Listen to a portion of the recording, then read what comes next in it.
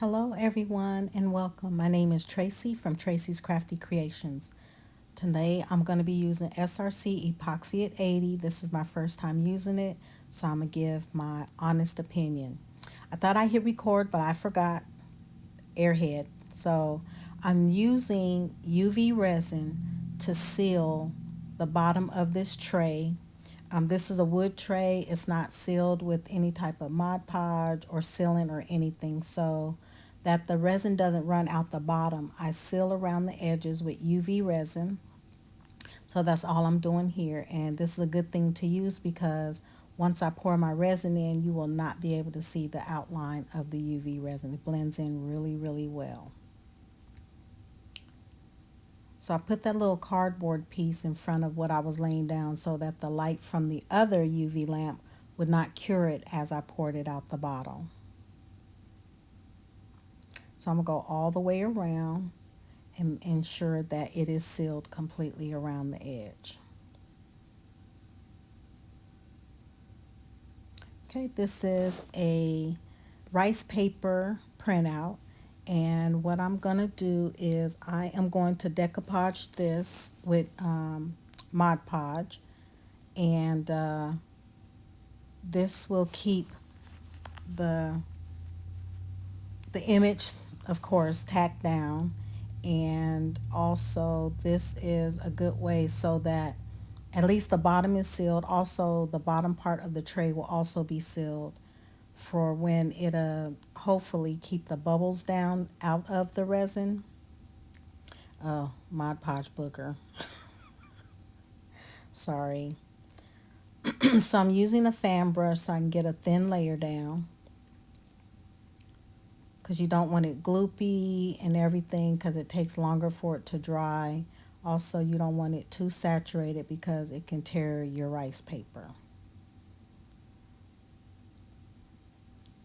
So I'm just going to smooth it down. Then I'm going to take my hand, rub that down. Then I'm taking a dry sponge, just a dry sponge.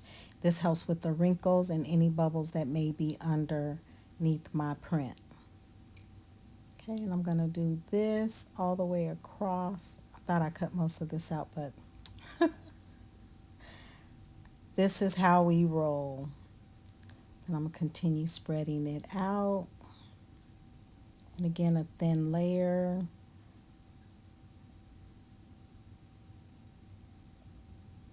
And it's okay if you go outside the print. I was trying to be, as neat as possible. And just get this down so that it goes all the way to the edges and that the print is secured down. Again, I'm going to use the sponge. I'm pressing it all the way out to the end, so also any excess Mod Podge will go all the way to the end.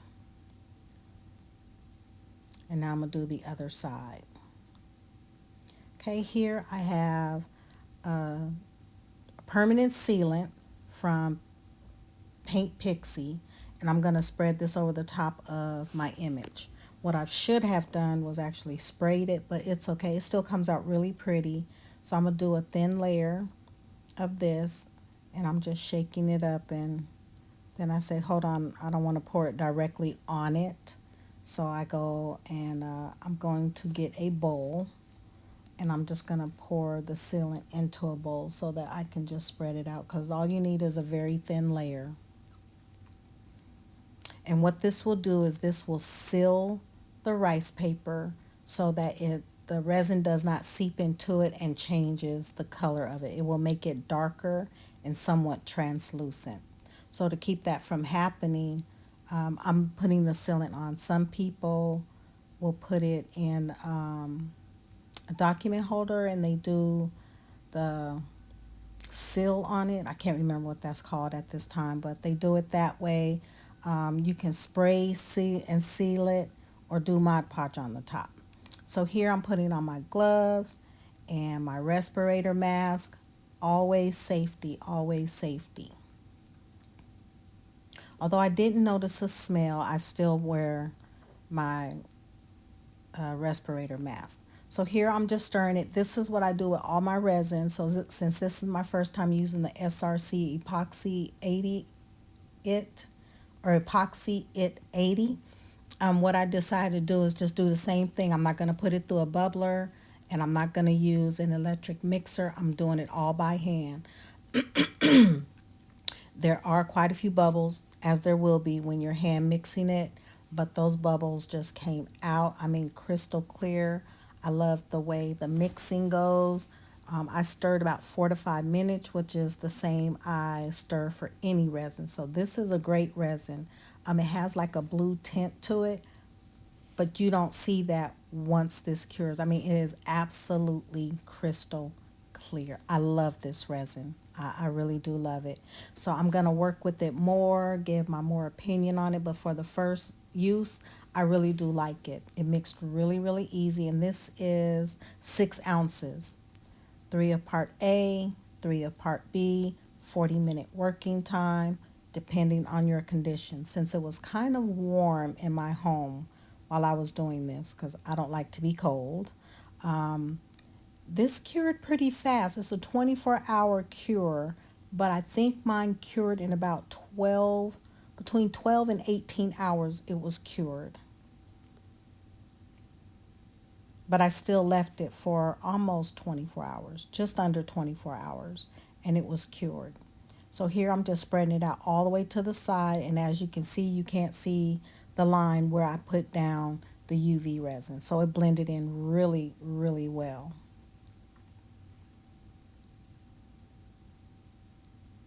So now I'm going to get my drying tool. I didn't put it on high, I put it on medium, and I'm just going to blow out the majority of the bubbles. I do spray this with 99% alcohol, but the bubbles came out with a lot of ease. There was a few that were stuck on the bottom to the paper, to be expected if I may have missed a spot, but otherwise the bubbles came out so nice, so nice. Sorry for the camera trying to focus. But I liked working with this. I really did love working with this. I'm looking forward to working with more of it. So here I just get a little pokey tool, and I'm just barely touching the bubble to bring it up to the top. There's a few up in the corner that I missed, but I wasn't worried about those as much as the ones in the center.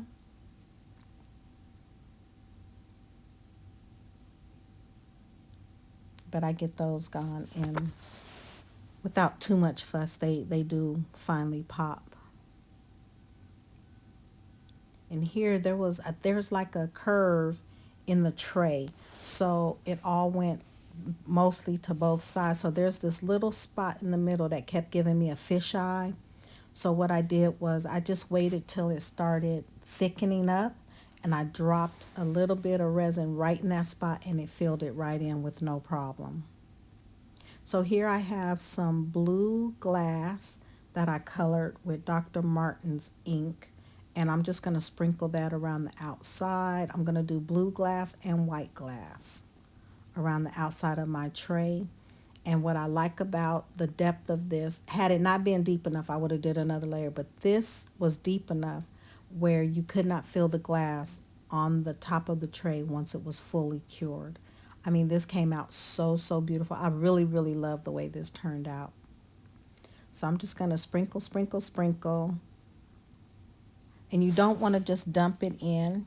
Sprinkling in this way will keep the sparkle to your glass, because dumping it in or pouring resin directly on top of it, it will lose all of its sparkle. So that's why I took the time to go around and sprinkle it in by hand.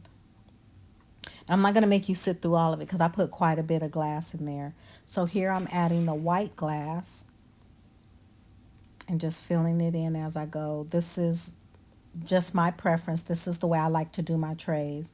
I do an image, then I do the glass according to the colors in the image.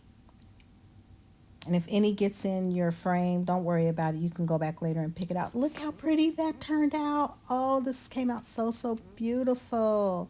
And this is how you can style it on a vignette or just on an entryway table. And again, this is my first time using the SRC 80 epoxy, and I absolutely love it. Look how crystal clear that is. Absolutely beautiful. So thank you so much for tuning in. Hope you like, follow, and share. Till next time, bye.